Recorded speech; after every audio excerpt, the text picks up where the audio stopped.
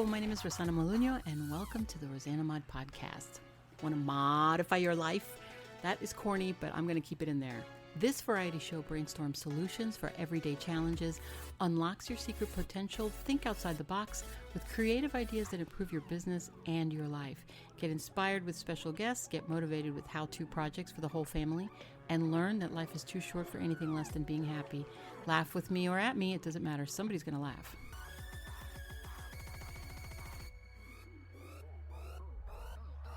Hey everyone, this is Rosana and rosanamod, and welcome to episode 10, Audacity Part 2. I'm only going to teach you about Audacity and what it is that I personally use. Therefore, if you are using other parts of Audacity or you need other parts of Audacity, I don't know what it is that you're recording, then use that. Or if you see something on YouTube and you think, oh, wait a minute, she never mentioned this, that's fine. You don't have to use everything. Just use what you need and it'll be so much easier for you. So from part 1, I already showed you, I already talked about the basics, the stop, the pause, the go, the front, forward, back, whatever. And then all those little other tools, which were the selection tool and the zoom tool, the time shift tool, which are the only 3 out of the 6 tools that I use. Today, I want to talk about the effects and the generate button and the top toolbar, which is the file and all that stuff. The first thing I think you need to do is do your intro. And just practice, say what you want to say, like, good morning. And it took me a while to do it. Good morning, introduce yourself, the episode number I like to put in there, and then have it all cohesive and it kind of meshes well with the rest of your audio.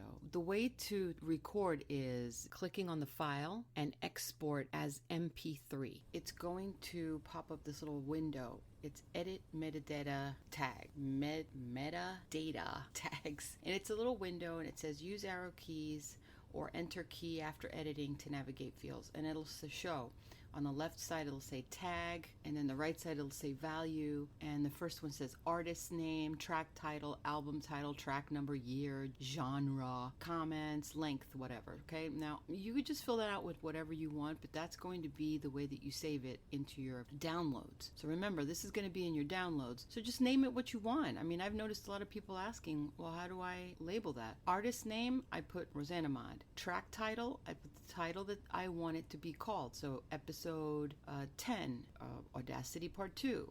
The album title, I'm not going to do that because this is mostly for people that are going to do music. Track number, I leave that blank. The year, I put 2020. The genre, I don't put that. The length, I always put because it gives me an idea of how long it is and if I need it to be shortened. And then the comments, I'll put if it's done or not. And then I will click OK, and then that saves it. When you click OK and you save that, you have this other window that comes up and it says, it's going to ask you, it's going to say, save project before closing. And if you put yes, it's going to say no, you have to export if it's an audio file. I always, you have to say no. So just say no. You already saved it by exporting it and downloading it, you see? So once you already exported it to MP3, it's not going anywhere. So don't worry about saving it. This is saving it for Audacity, they're asking you. Do you want to save it in your Audacity? I never do.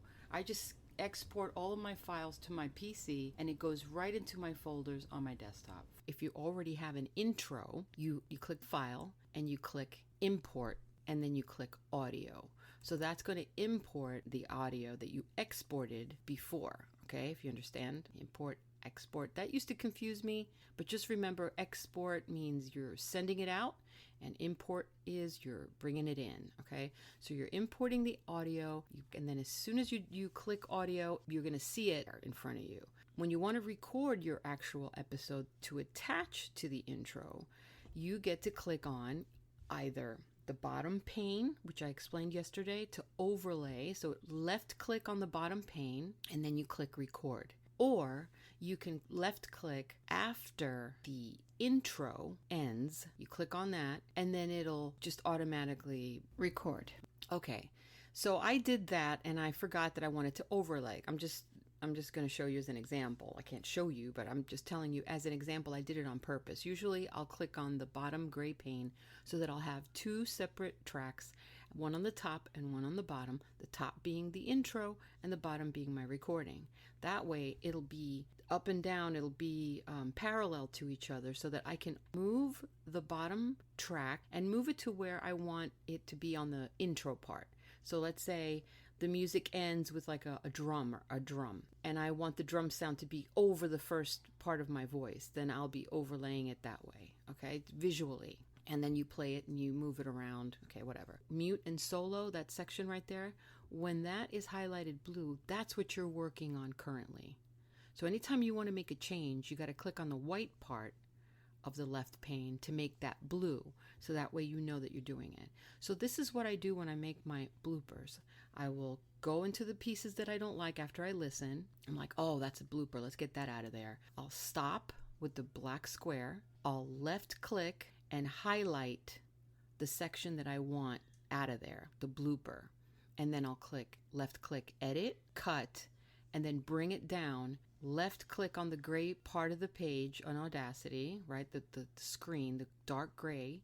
Left click on that and then edit and paste. And it'll just bring it down. And that's what I do. Maybe there's another way to do it. I don't know.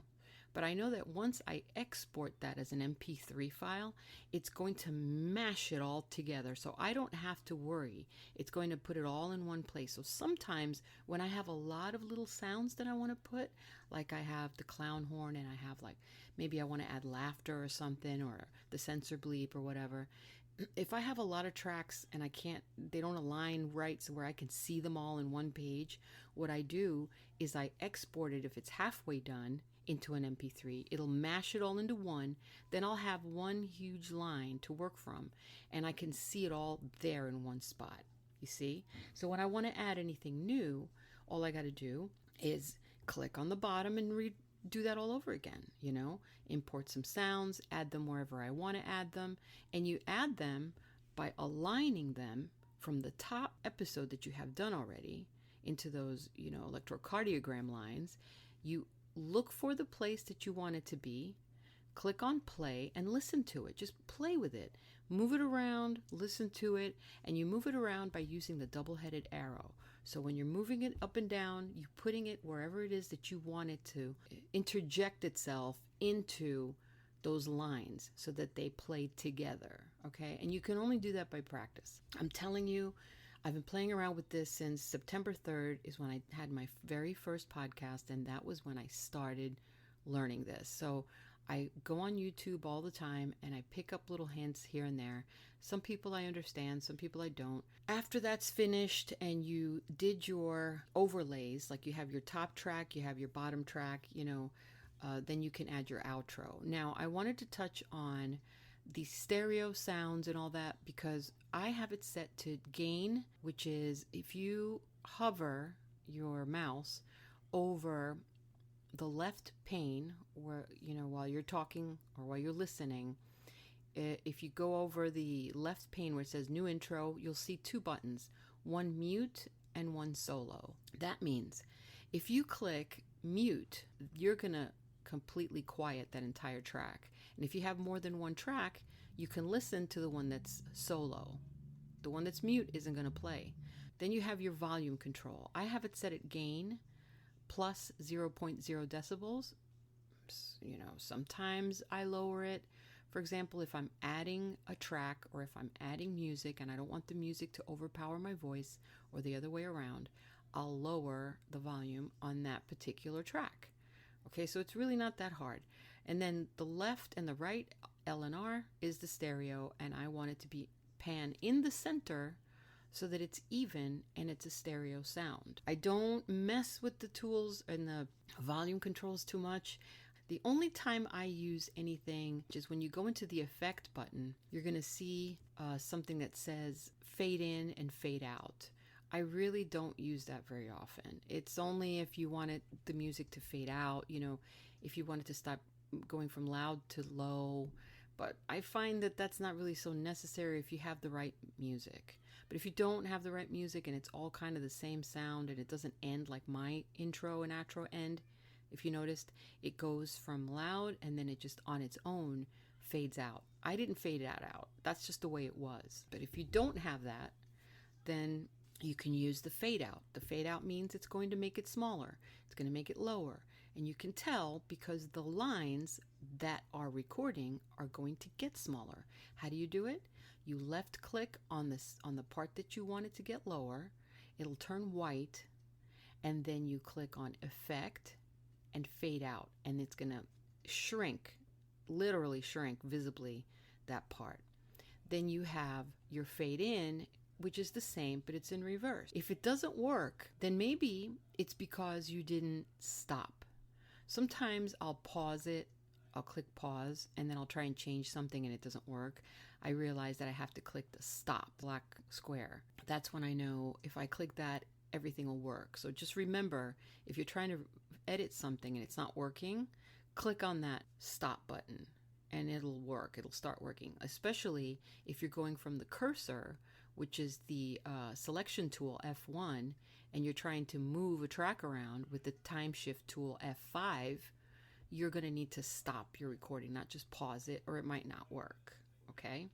So far we did the effects, and then we did the edit. We know how to edit, cut and paste.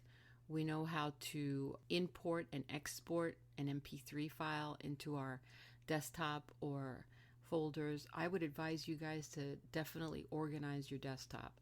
I put everything on my desktop simply because I have so much crap in my downloads.